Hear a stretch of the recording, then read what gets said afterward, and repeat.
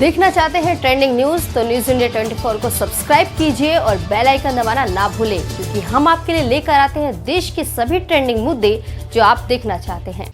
आज धनतेरस के दिन सीएम योगी ने कई विभागों में चयनित अभ्यर्थियों को नियुक्ति पत्र वितरित किए, जिसमें जब एक मुस्लिम छात्र का नंबर आया तो देखिए कैसे योगी ने उसे ऐसी बात बोल दी जिसे सुनकर सब हंस पड़े। आप भी सुनिए। गोरखपुर। नमस्कार सर। हाँ नमस्ते संध्या जी, कैसी हैं आप? अच्छे हैं सर। देखिए आज महिलाओं में आपने एकदम टॉप स्थान प्राप्त किया है। जी सर। कैसा लग रहा आपको? बहुत अच्छा लग रहा है सर। आपने वहाँ ऐसा धमकी तो नहीं दिया था लोक सेवा आयोग में कि मैं मुख्यमंत्री के जनपद से हूँ तो जो है मेरा सिलेक्शन हो जाना चाहिए? नहीं सर। सिफारिश की आवश्यकता तो नहीं पड़ी ना किसी से? नहीं सर, किसी तरह की किसी चीज की जरूरत और किसी ने पैसे की मांग तो नहीं की थी? नहीं सर, बहुत ही निष्पक्ष तरीके से ये भर्ती हुई है और इसमें मुझे अपने मनपसंद जिले में जाने का अवसर प्राप्त हुआ। और निष्पक्ष तरीके से धनतेरस के दिन आपको ये उपलब्धि प्राप्त हो रही है। सबसे पहले मैं आपको बधाई देना चाहता हूँ, अपनी शुभकामनाएं देना चाहता हूँ।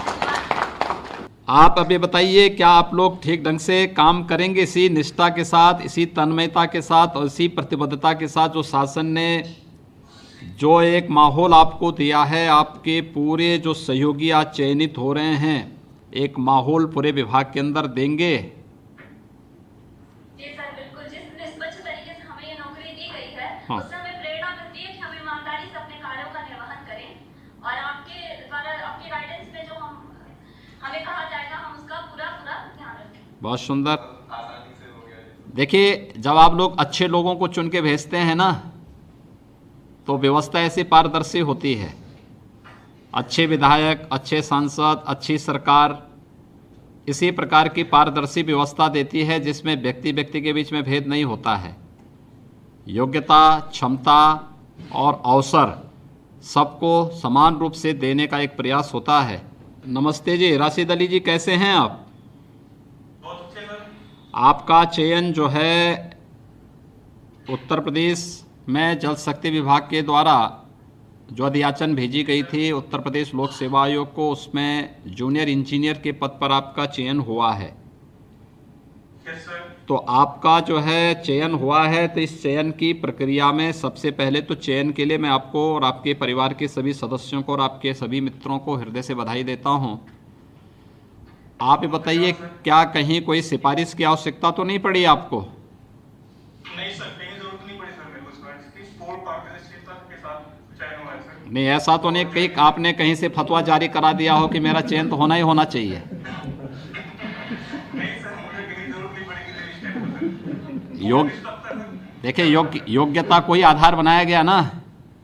बिल्कुल सर, योग्यता के आधार। तो योग्यता के आधार पर आपका चयन हुआ, कोई भेदभाव भी नहीं हुआ। नो सर, कहीं पर कोई भेदभाव चयन के साथ साथ पदस्थापना में भी कोई भेदभाव नहीं। नहीं सर। और यही सरकार की नीति भी है कि हम लोग मनुष्य के साथ कोई भेदभाव नहीं करेंगे, योग्यता और समान अवसर लोगों को देने का प्रयास करेंगे। और जब भी कोई चुनी गई सरकार आती है, उसका दायित्व बनता है कि वह किसी के साथ कोई भेदभाव न करें और किसी भी अपने नागरिक की, अपने युवा की ऊर्जा का भरपूर उपयोग प्रदेश के विकास में, देश के विकास में लें। और आप जैसे योग्य लोग जब चुन करके जाएंगे तो आपने पूरी प्रक्रिया को देखा होगा किस ट्रांसपेरेंट तरीके से पूरी चयन की प्रक्रिया हो रही है।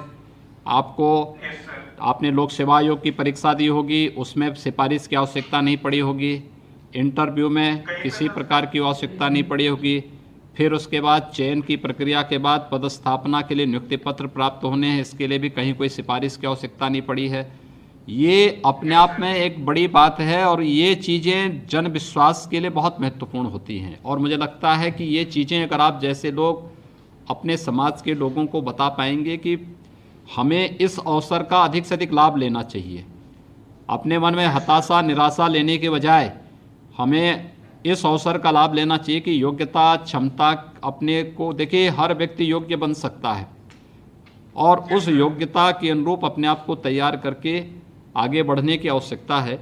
आपने जो सफलता प्राप्त की है आपको मैं इसके लिए बहुत बधाई देता हूं, अपनी शुभकामनाएं देता हूं और आपके परिवार के सदस्यों को भी बहुत बहुत बधाई।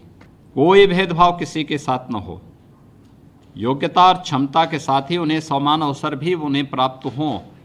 उस अवसर ये जो कार्य प्रारंभ हुआ है ये तभी संभव होता है जब जनता जागरूक होती है, अच्छे लोगों को चयन करके भेजती है और चयन की प्रक्रिया के साथ फिर इस बात को स्वयं अपनी आंखों से देखती है कि कैसे उनके साथ न्याय केवल भाषणों से नहीं बल्कि व्यवहारिक धरातल पर भी और न्याय किस रूप में दिखाई दे रहा है, ये चीज़ इसी रूप में देखने को मिल रही है। इस खबर में बस इतना ही। खबर को लाइक और शेयर जरूर करें और अपने कमेंट बॉक्स में जरूर दें और चैनल को सब्सक्राइब करना ना भूलें।